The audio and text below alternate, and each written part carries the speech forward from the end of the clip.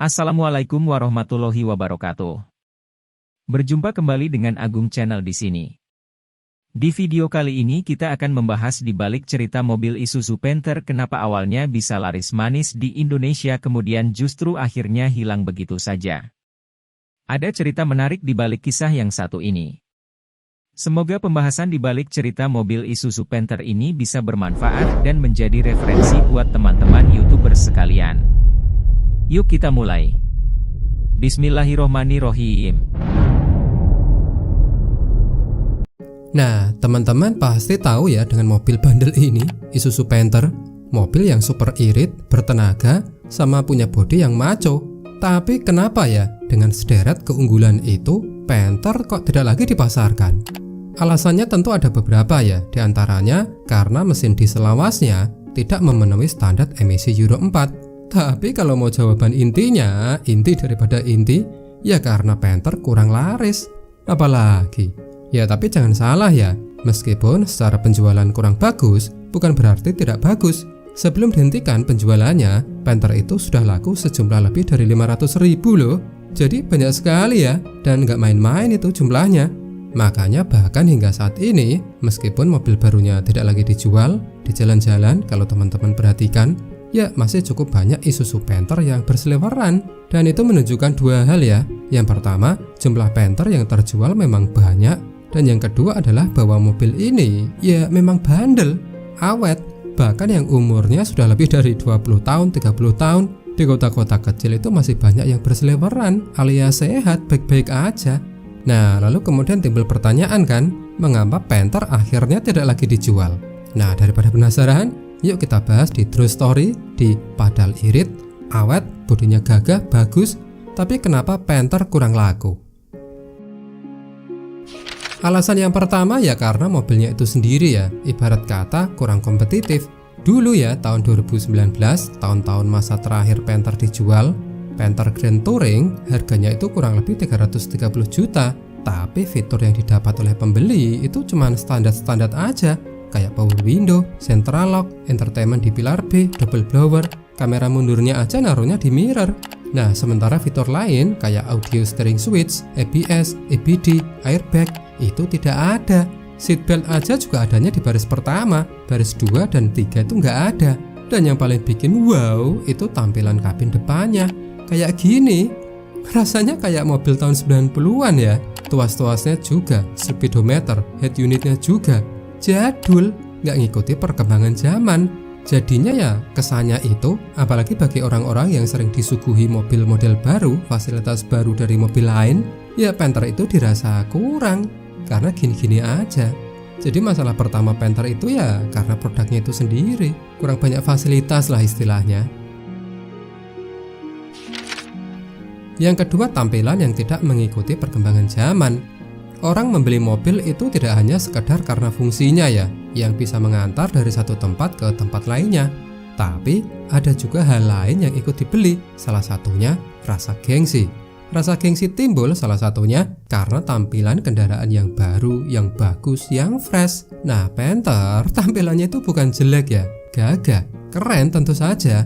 Tapi gini-gini aja. Bentuk tahun 1991 generasi awal, lalu tahun 1996, lanjut ke bentuk tahun 2000. Kemudian generasi terakhir bentuknya ya gini-gini aja, terus kayak gini.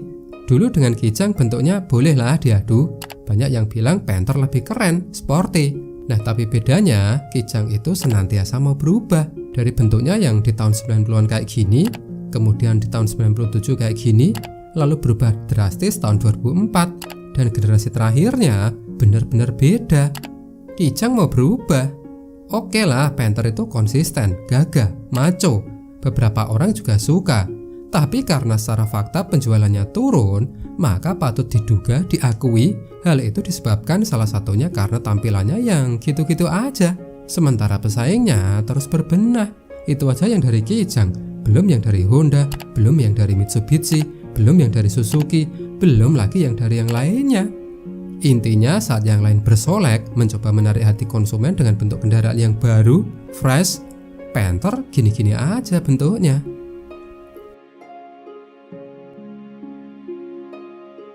Yang ketiga, karena Isuzu sudah tidak lagi fokus di Panther.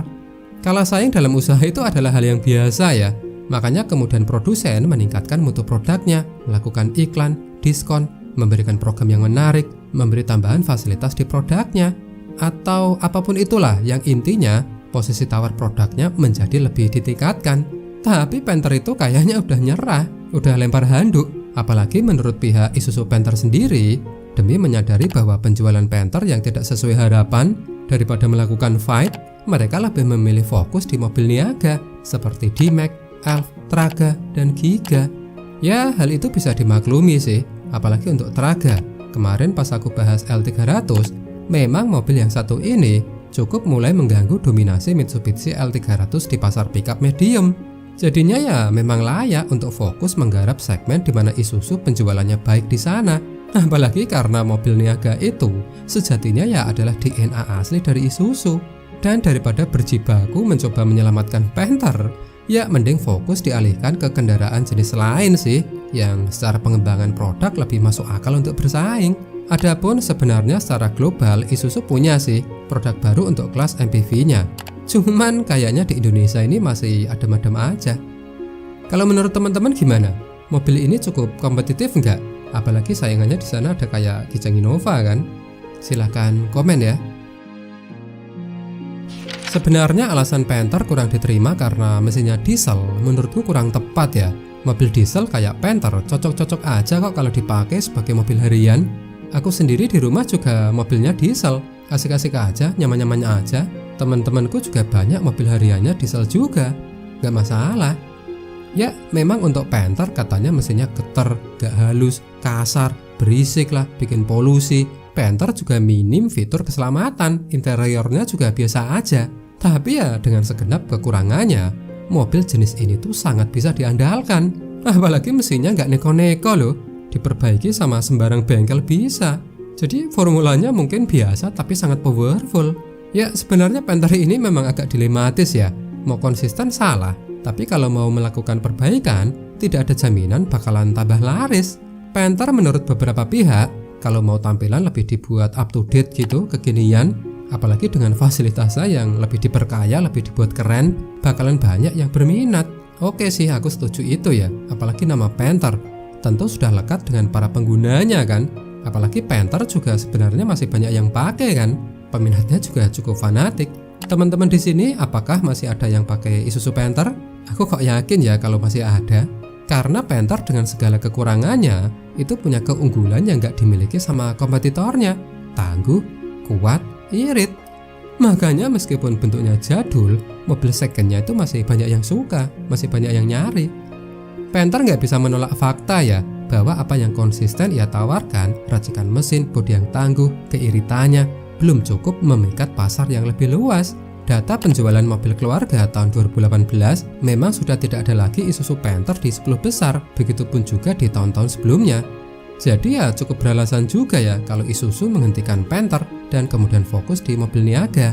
Ya meskipun agak disayangkan ya, karena kalau mau membandingkan pada masanya, sebenarnya Panther ini tergolong keren.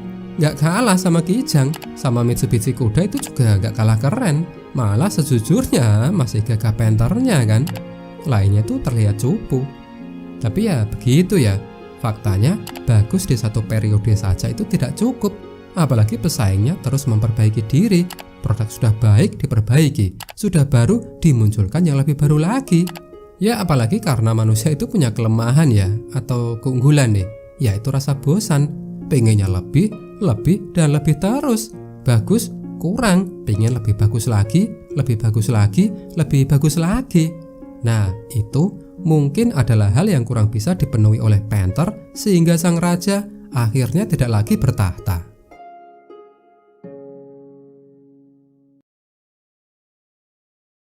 Demikian tampilan kali ini, terima kasih atas perhatiannya. Semoga bermanfaat. Jangan lupa klik like, komen, dan subscribe konten ini serta nyalakan loncengnya agar tidak ketinggalan info-info yang Agung Channel berikan selanjutnya. Sekian, wabillahi taufik wal hidayah.